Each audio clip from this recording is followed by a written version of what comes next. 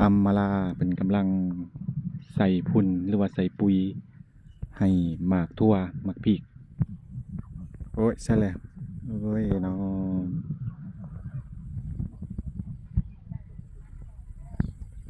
คำแล้วพี่น้องเดี๋ยวถ้าอามาลาเพิ่นอันใส่ปุ้นอันใส่ปุ๋ยหมักทั่วแล้วก็สิเดินทางเข้าไปในบ้านเอาเงินไปให้ยายอ้อยแล้วก็เอาดอกกระเจียวเพราะว่าดอกกระบะวงลกดอกกระเจียวว่าสิเอาไปฝากให้เพิ่นส่วนบะวงก็สิเดินทางกลับเมื่อโฮมกลับเมื่อบ้านพี่น้องอันนี้คือภาพมุมสูงสวนอัมมาลาบ่ได้ขึ้นดนพี่น้องมันคืออยากสันๆเส้นๆเป็นตาหย่านเฮ้ย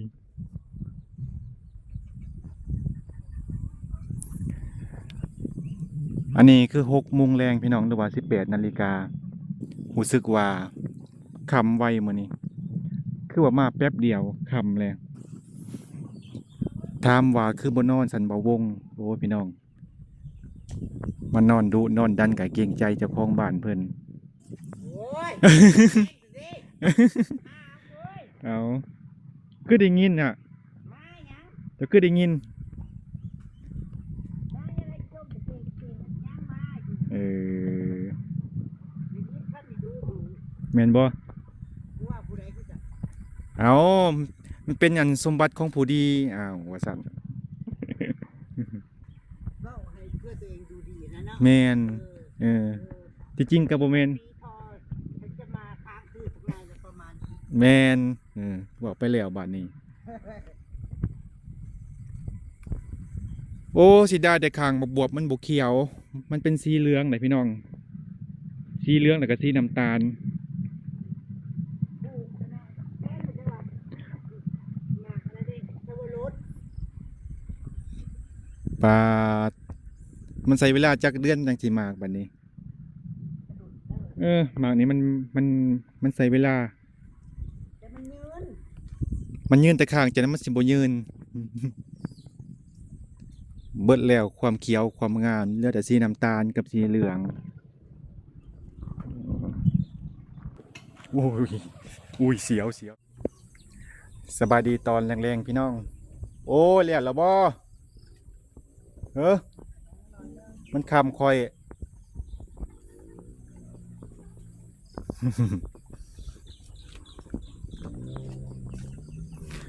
หลายคนก็ถามว่า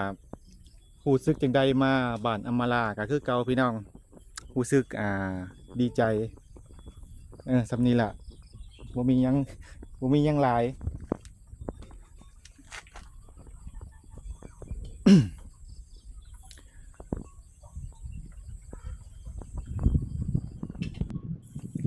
ประเด็นคือสิลงจังใดบัดนี้ต้นกุ้งนี่ก็ใหญ่ขึ้นนับมือนับใหญ่ย่านอย่างเดียวย่านมันหักทับมันนี่ล่ะนี่หักทับแทงน้ำเพิ่นนี่ล่ะ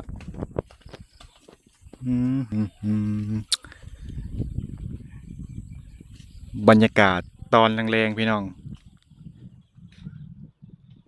อยู่บ้านสวนอัมมาลา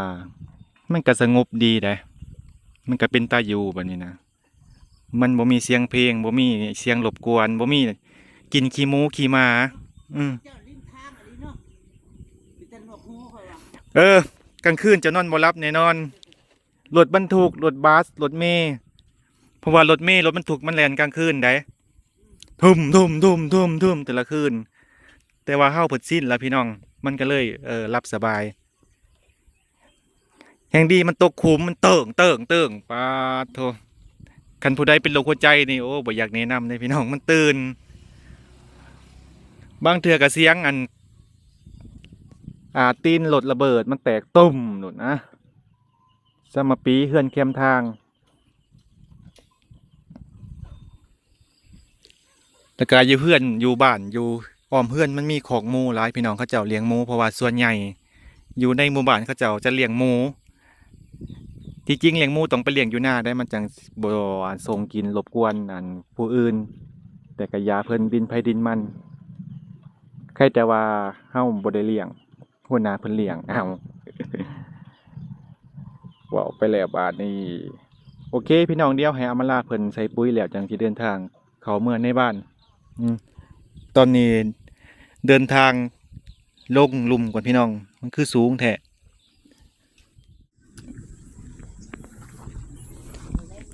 ปลาปากลายอีหลี อันคือพวกนั้นน่ะเขาใส่เบ็ดแค่ไหน เด้นั่น อยู่ในบ้านนี่แหละ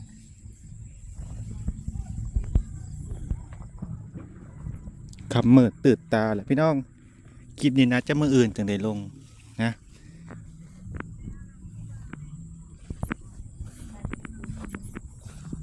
นี่อันนี้จะเป็นผักบงแก้วพี่น้อง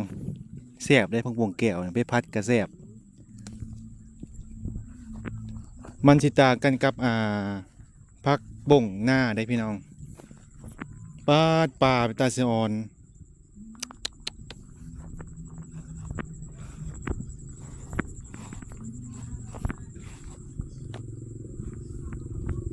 โอ้มันแก่ มันแก่เลยพี่น้อง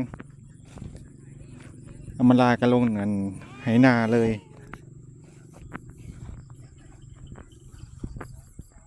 ลูกแม่เฮ็ดซ้ำโดยสบายดี ยินดี ยินดี ได้รู้จักไอ้ทฟอมันเล่า กูอินเตอร์ขนาดเนาะ ย่า มันบ่มีพี่น้องมันเหี่ยว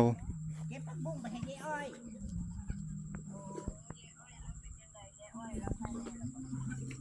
บ่มีคำว่าใครแล้วเนาะคนป่วยอันเป็นมะเร็งเฮ้ย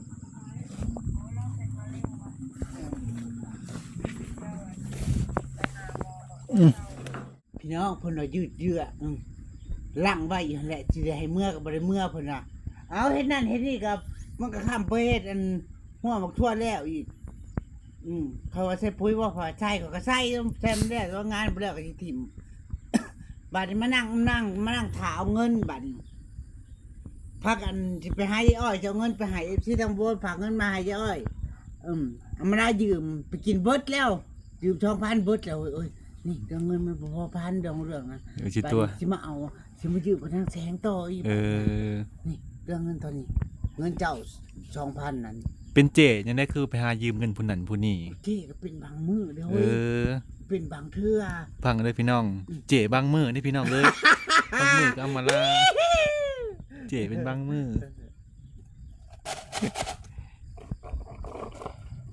นั่นแหละบ่อยากกดเงินออกมามันกดออกมาแล้วมันก็เบิดเอา นี่คนเท่าไหร่นี่อืม ส่งให้เรา เป็น อ่าน หนี้ เนาะ ทั่วที่ทั่วเจ๊ เออ ส่งให้ในเฮดตี้บ่อ่านอีกแล้ว เอ เฮ้ยช่วงอัน น่าดีนะ บิดมา เป็นเนียนบ่ค่อยเจอบ่ จะนอนมากับพดจ้า เห็นอยู่ละโพสต์ โอเคพี่น้องไปก่อนชื่ออันลูกศิษย์บ่ เจ้าชื่อเนาะเจ้าใจเด้อ ขอจ่ายก็ได้เดี๋ยวเมื่อกี้มาเอาหมดเลยนะคาราบเอากับ ติดหนี้ ติดหนีได้ละ อย่าวงเมา เออ จ้า ติดหนีเศร้าแซงก่อน เอาเบิร์ดบอก เอาหมดเลยก็ได้ นี่ให้อ้อย1,000อ่ะแม่แต่ว่า จะก็เป็นหนี้ค่อย1,000ฮะ จะเป็นหนี้ค่อย1,000ได้จะลืมบ่ ก็ยืม 2,000 เออ ก็ใจเจ้า1,000 เหลือ1,000เอามา เบิดซะ เอาไปใส่รถจับโอนไม่ค่อยก็ได้ อีหยังก็บ่เข้าใจเจ้าเว้าดึก เอาเงินโอนมา เอามาข่อยสิเป็นหนี้เจ้าดีเอาขึ้นไปเบิดนี่เอา เอา เจ้าเบิ่งเด้อเจ้าเบิ่งข่อยยืมเจ้า 2,000 เออ เออ เออ ข่อยให้1,000 ก็เหลือ1,000 อันนี้ไปให้ยายอ้อยเอานั่นข่อยขึ้นบ่ได้เด้อเอาจะช่วยก่อนข่อยเบิดเด้อเป็นหนี้ไปเด้อหมอนี่แม่ในใจหมู่โอนให้อยู่เว้ยโอ้ย บ่คอยคิดว่าอันนี้นั่นจะให้เจ้าสิให้คอยไปให้ยายอ้อย1,000จะเก็บเองบ่แม่นบ่ คิดว่า บ่เด้อ คิดว่าอยากไว้ใส่เอง1,000จะบ่มีเงินสดเด้ เราจะได้เงิน จะโอนข่อย1,000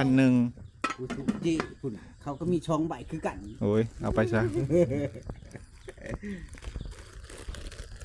เท่าไหร่ ฟรี100ค่ะ 100จ้าจ่ายจวดเลยจ้าอืม เดี๋ยวจวนเลยจ้า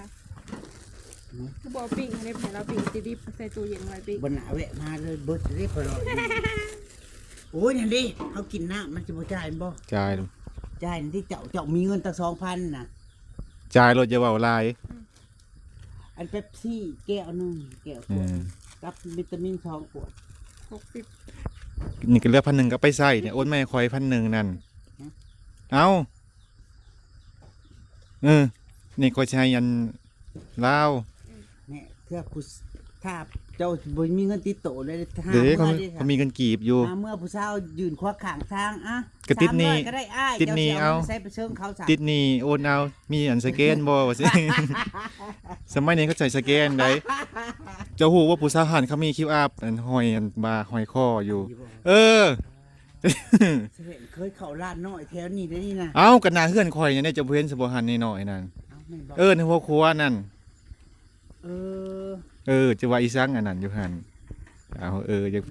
อยากไปเป็นแม่เหล่าบ่ไปเป็นนักผู้บริหาร เขาสิใหญ่ออกได้ไป อยากไปนั่งคายเอง ไป มอนเนี่ย อันต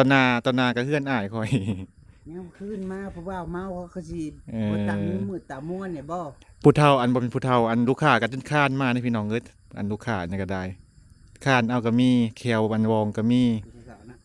ร้านนะ เออผู้เขาเจ้าบ่มีเมียนะเมียเขาวัน บ่มีเมีย เขาเสียชีวิตเมียเขา มาถามเบิ่งก่อนมันเป็นอีหยังนี่มันเราบ่กินหมูกินอันนั้น ลูกชิ้นหมูหั่นแหละ หมูเนี่ยนะหมูบ่ กับหมู ที่ได้แยกออกดิ ตัวนี้หมู กันหมูก็ไม่ค่อย นั่นก็แป้ง หยิบออก อืม เนาะ มันก็ สรุป ก็มี ก็บ่มีแนวคิดแล้วขนาดออกขนาดออกเบิดอันนี้แก้ว กินข้าวเรื่อย มันแล้วเนาะ ๆเอาพอ บ่แม่นแล้วเขานอนแล้วบ่นอนปานนั้นว่าสิไปอันไซเบ็ดว่าซั่น เด้เมื่อกับพอดีอ่ะ เออ เอาเยอะให้เรา อืม มีเงินทอน40 บาท เงินทอน40 บาท ไป ขอบคุณค่ะ ได้โอเค thank you so much ญาติเปลืองไฟบ่ ฮักก็6 โมงปิดไฟนอนว่าซั่น ปิดไฟหลายๆพี่น้องมาน่ะ ทางนี้ว่าท่านได้หอดไซอยู่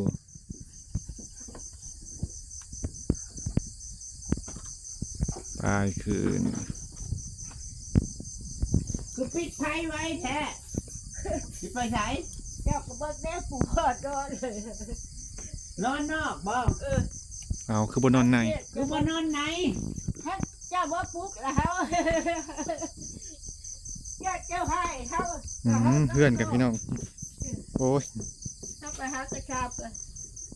บ่กระทำไม่ใช่หยังเด่นนี่นี่ชื่อกระเบิดนี่ โอ้ยเงียบเงาจริง อย่ามาใกล้อย่ามอนเห็นหูคนอย่ามาสิงเลยนะ ๆ เสียงเนี่ยก็ว่าขึ้นมาเป็นคนดังก็ได้ แมนดังไฟ ดังฟืน ดังไฟโอ้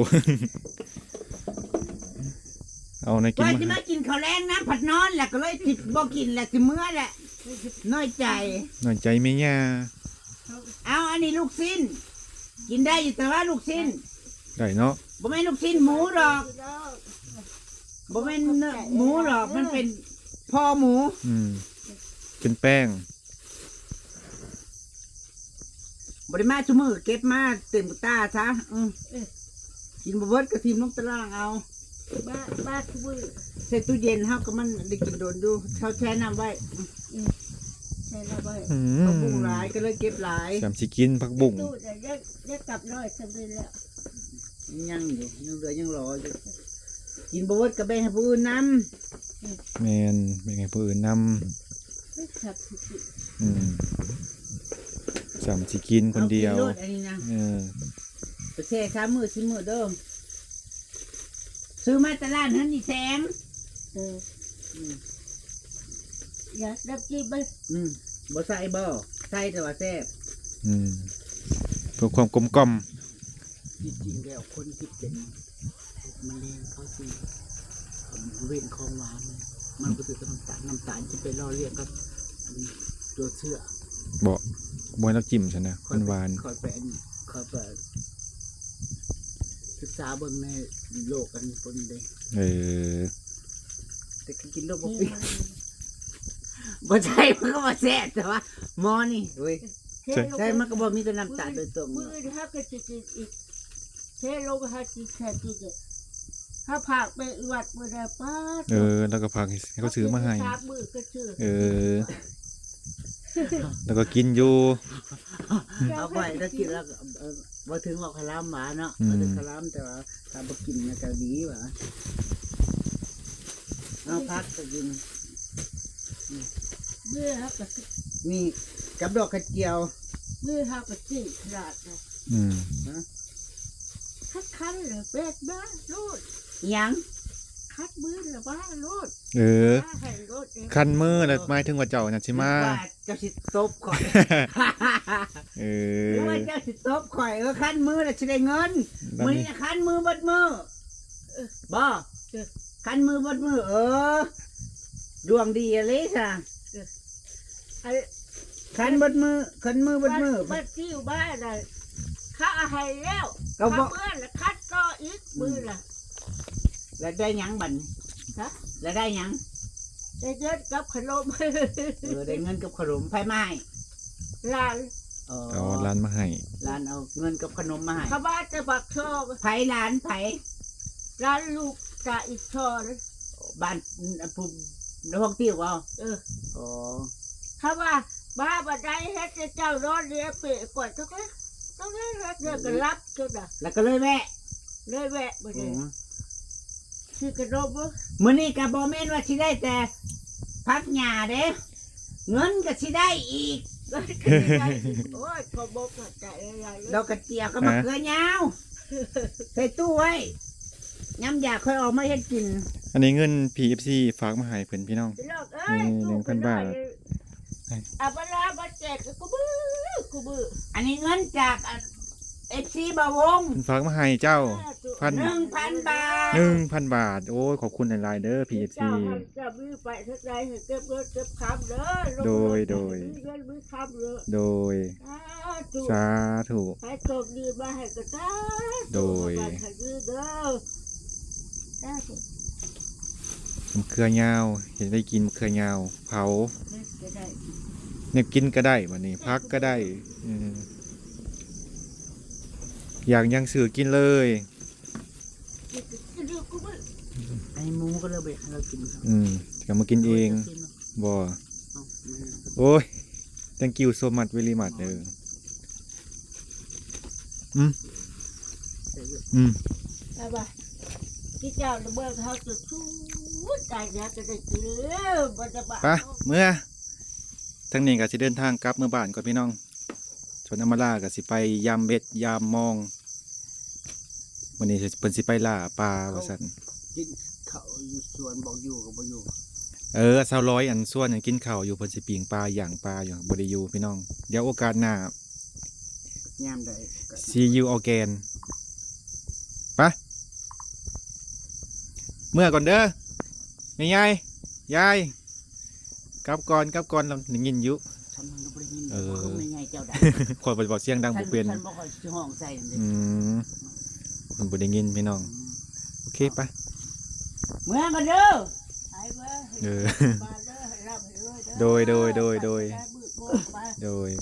อยากรวยไว้อยากชมพรปากเจ้า โอ้เพิ่น ไปนะ โอ้ ทุบดูนะครับ เพิ่นก็นึ่งข้าวไว้พี่น้องนึ่งข้าวบ่สันมาเข้าไว้นึ่ง